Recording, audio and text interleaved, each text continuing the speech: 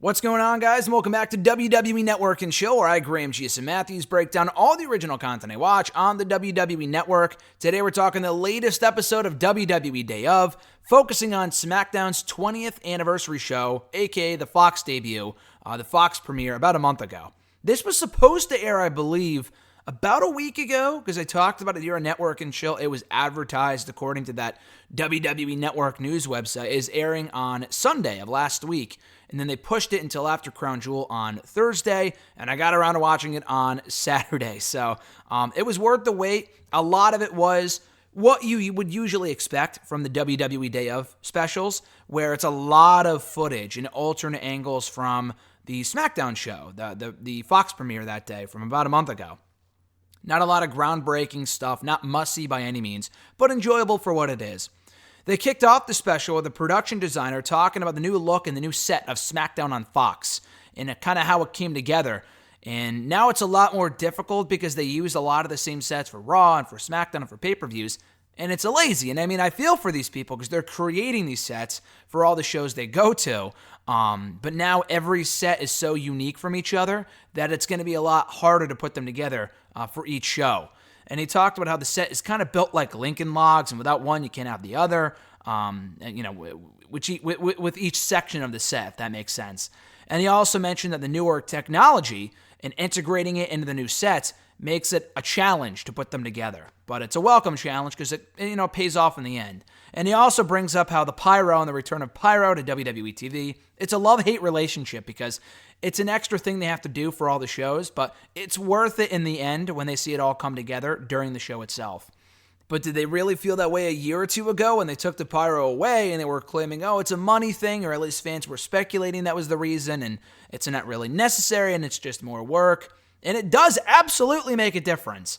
I know it's an added thing for them to do. I'm not doing the work for them, and I appreciate all the effort they put into making this stuff possible, but it definitely does make a difference in making certain superstars feel like bigger deals than they actually are.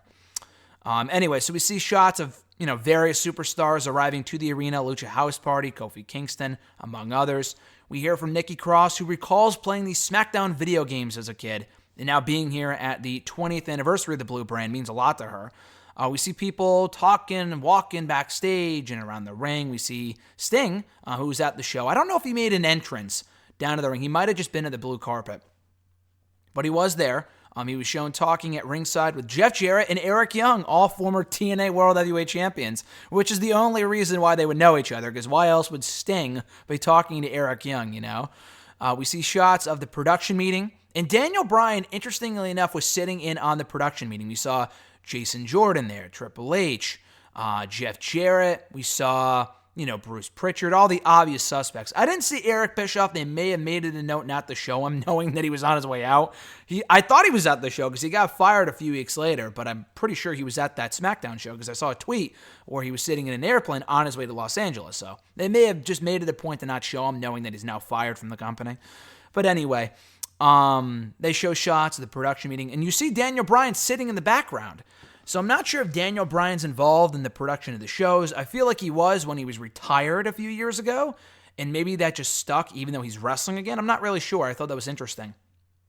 We see a mystery man arrive at the arena and walk backstage with a mask on, with a Lucha Libre mask on, and I'm like, who the hell is that? What local wrestler did they bring in? And I'm like, holy shit, that's Cain Velasquez, because he had the masks from his AAA matches from a few months ago. I'm like, oh, okay, that makes sense. And they're just doing that to keep it a secret that he's in the building. Usually they would have the people walk in well after the fact with the hood on, and people are like, oh, who is that? This person had a random ass mask on. And even I didn't know who it was. And maybe if you followed his AAA matches, you would know.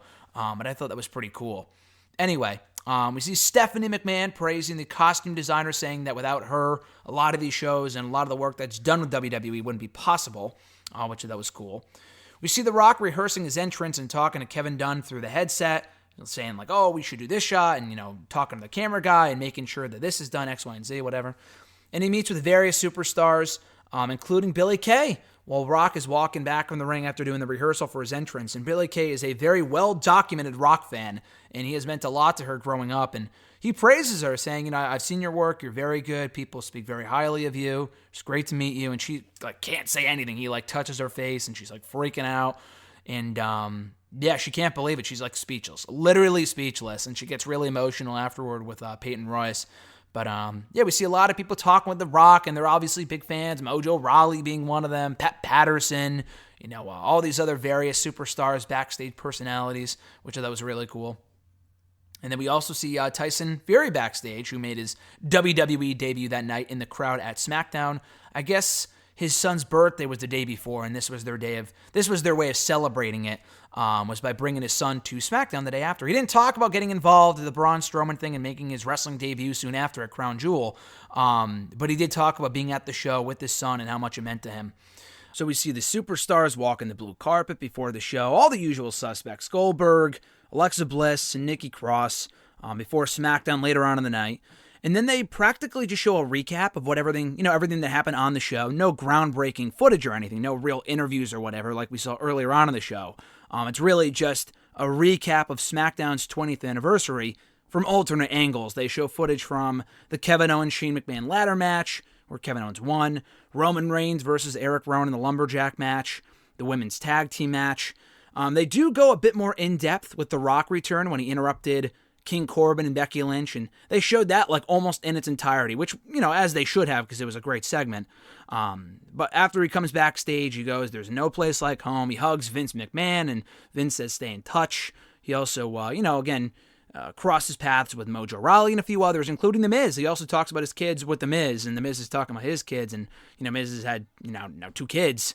Maurice is going to have her second baby very soon, and they already had their first kid about a year and a half ago, and Rock now has how many kids? Maybe 1 kid from a previous marriage, 1 daughter from a previous marriage, and maybe now 2 others with his current wife, maybe, if I'm not mistaken. But yeah, they show that, and then to close out the episode, they show Cain Velasquez making his WWE debut by interrupting Brock Lesnar's WWE Championship celebration after he beat Kofi Kingston in a matter of 10 seconds to win the title, which is, again, practically shown in its entirety. And why wouldn't it be? Because the match was 10 seconds. But that was how they closed out WWE Day of, the SmackDown 20th anniversary episode, which was good. Again, no must-see stuff here at all. It was good for what it was. And there was no groundbreaking interviews, no must-see stuff. Probably the highlight of the episode was the interaction between The Rock and Billy Kay, because it felt personal, it felt intimate, emotional. I thought that stuff was really, really good. But everything else was, pretty paint-by-numbers, typical WWE Day of stuff. If you've seen one episode, you've kind of seen them all. But it was another in-depth look at the SmackDown 20th anniversary of one of WWE's biggest events in recent memory, even more so than SummerSlam and all the other episodes they've done in recent memory. They did do one in Hell in a Cell. I mentioned this recently. They did do a WWE Day of show on Hell in a Cell, but it was very brief. I mean, the show itself was very forgettable, so I'm not surprised. But it was about like 5 or 6 minutes, and it's not even worth reviewing because it was so short. But this clocked in at around 23 minutes. So again, maybe not must-see, but if you have the time to kill, it's worth checking out. It's enjoyable for what it is. And that is WWE Day of, SmackDown's 20th anniversary episode. Check it out right now on the WWE Network. And thank you guys for checking out the show. As always, be sure to like the video, drop a comment, share the video, and subscribe to the channel for more content.